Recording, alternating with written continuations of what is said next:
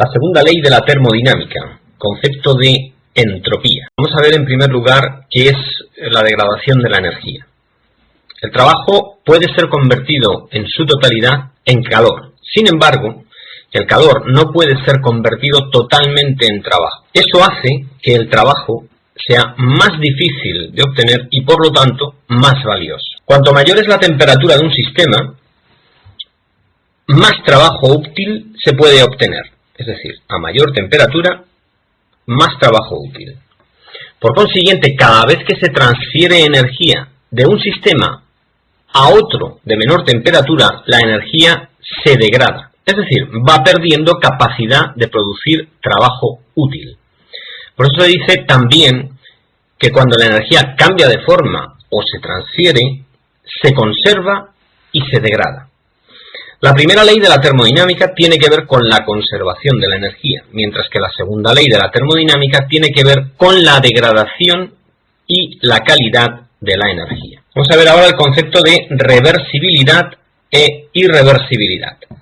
Se dice que un proceso es totalmente reversible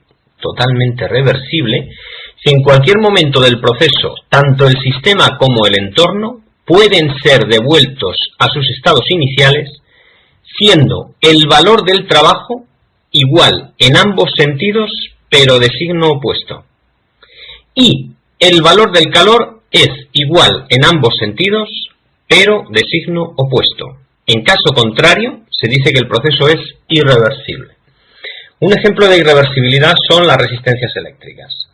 Si tenemos un generador que está generando una corriente alterna monofásica y su potencia activa en bornes del generador medida es de 5 kilovatios y pretendemos llevar esa potencia hasta una carga que está situada a unos 3 kilómetros de distancia mediante un cable que tiene una resistencia de 0,872 ohmios por kilómetro, de ese trayecto se producirán pérdidas en forma de calor en la resistencia del cable que dependen del cuadrado de la intensidad, es decir, P igual a R por I al cuadrado, ¿de acuerdo? Con lo cual, si nosotros integramos esta potencia respecto del tiempo, estaremos perdiendo una energía que será igual a R por I cuadrado por el tiempo que estemos considerando. Eso hace que la capacidad de trabajo útil de la energía que llega hasta la carga sea menor que la que originalmente salió de bornes del generador, puesto que hemos tenido unas pérdidas en el cable. Vamos a suponer ahora, por ejemplo, que soltamos un péndulo y lo soltamos desde una altura determinada h. ¿De acuerdo? Aquí tenemos el suelo y nosotros venimos aquí y soltamos el péndulo a esta altura h. El péndulo está sujeto al techo. ¿De acuerdo? Bien, el péndulo tiende a hacer su movimiento. ¿De acuerdo? Llegará hasta esta posición y cuando quiera volver a esta posición ya no volverá a la posición inicial, sino que se quedará en otro punto antes de llegar a esa posición. ¿Por qué? Porque en este trayecto ha tenido unas pérdidas por rozamiento con el aire. Bien, a este tipo de pérdidas se le conocen como efectos disipantes. Se pueden producir por fricción, rozamiento, falta de elasticidad, resistencia eléctrica, etc. Tenemos otras causas de irreversibilidad, como por ejemplo los efectos de histéresis, las reacciones químicas espontáneas, mezclas de fluidos. Generalmente, la mayoría de los procesos en la naturaleza son irreversibles. Sin embargo, a efectos de análisis, en ocasiones conviene considerar estos procesos como internamente reversibles. ¿Qué es un proceso internamente reversible? Si dentro del sistema los cambios pueden ser reversibles. No así en la frontera con el entorno. Y se llaman externamente reversibles si dentro del sistema los cambios son irreversibles, siendo los cambios con el entorno reversibles a través de la frontera. Bien, veamos a continuación el postulado de la segunda ley. En este caso aconsejo leer varios libros de termodinámica, puesto que existen varios enunciados. Sin embargo, para resumir, me limito únicamente a poner el postulado de la segunda ley de la termodinámica. ¿Qué es lo que dice?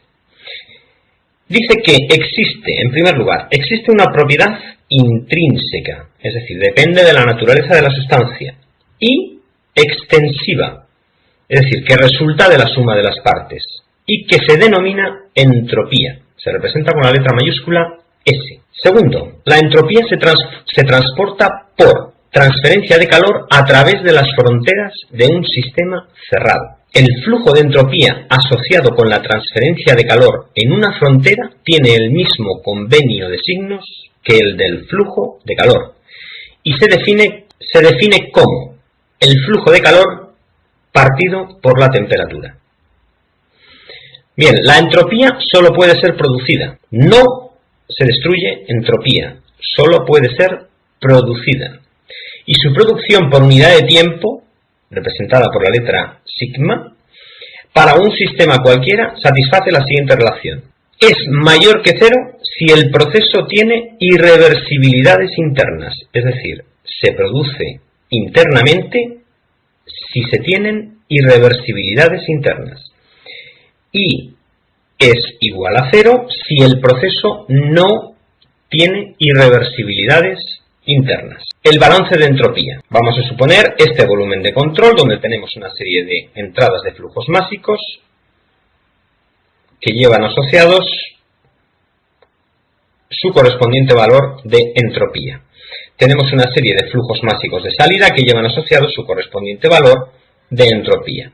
Tenemos intercambio de calor con el entorno a una temperatura determinada T y tenemos interacciones de trabajo. De balance de la entropía es esta que se describe a continuación. La variación de la entropía en un volumen de control con el tiempo es igual a la cantidad de entropía introducida a través de los flujos másicos de entrada menos la cantidad de entropía que sale del volumen de control a través de los flujos másicos de salida, más la entropía producida por el intercambio de calor con el entorno.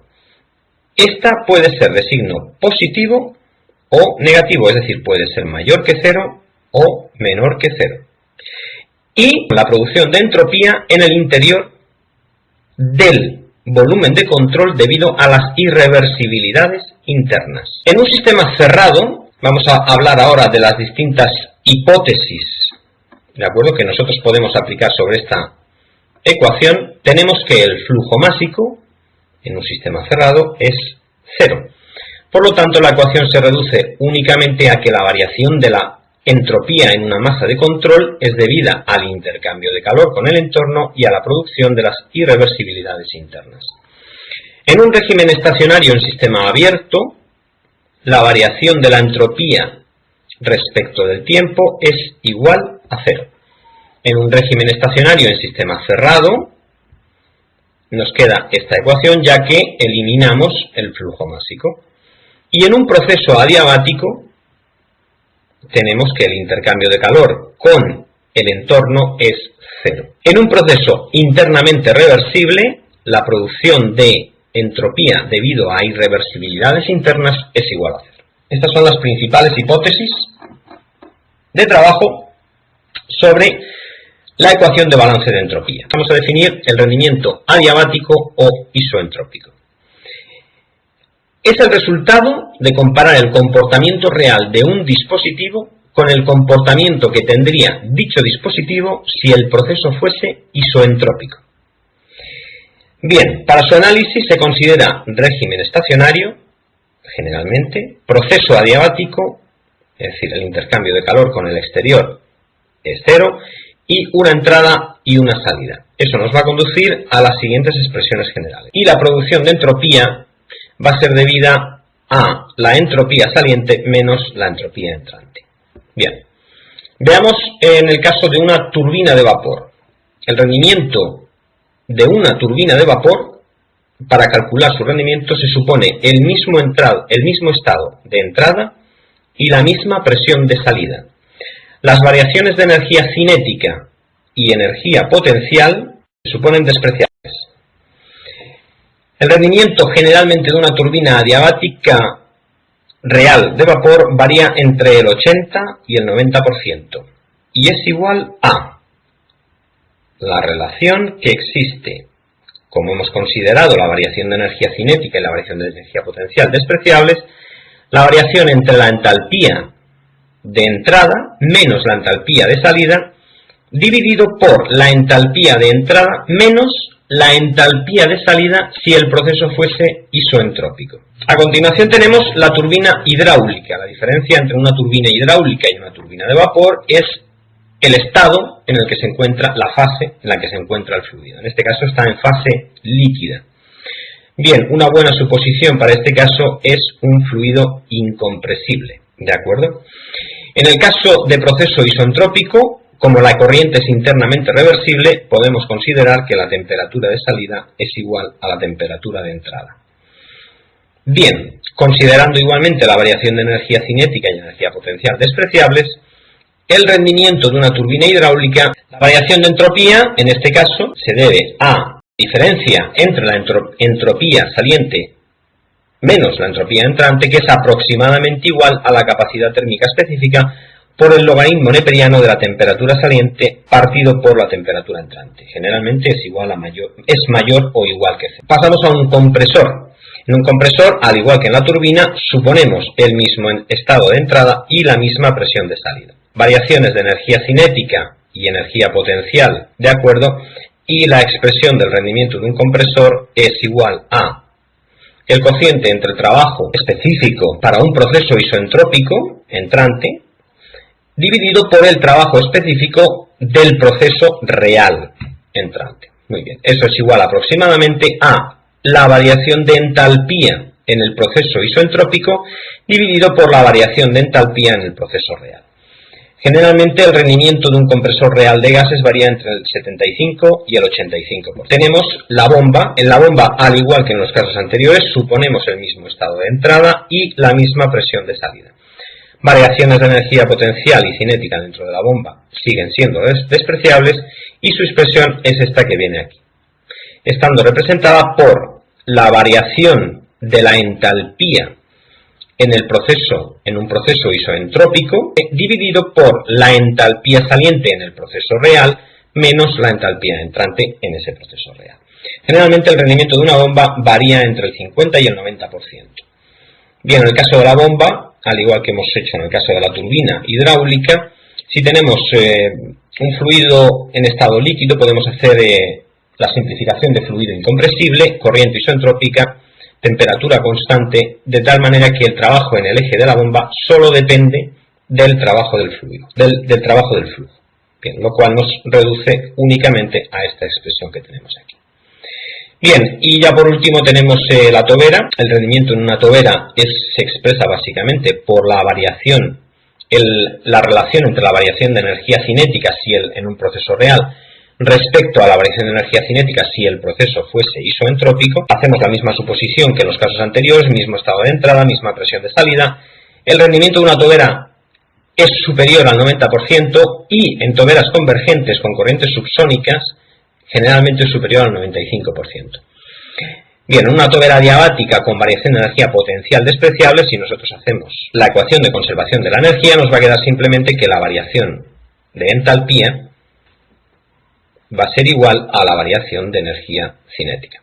Con lo cual nosotros podemos expresar el rendimiento de la tobera a través de las entalpías entrante menos la entalpía saliente respecto a la variación de la entalpía entrante menos la entalpía saliente si el proceso fuese isoentrópico.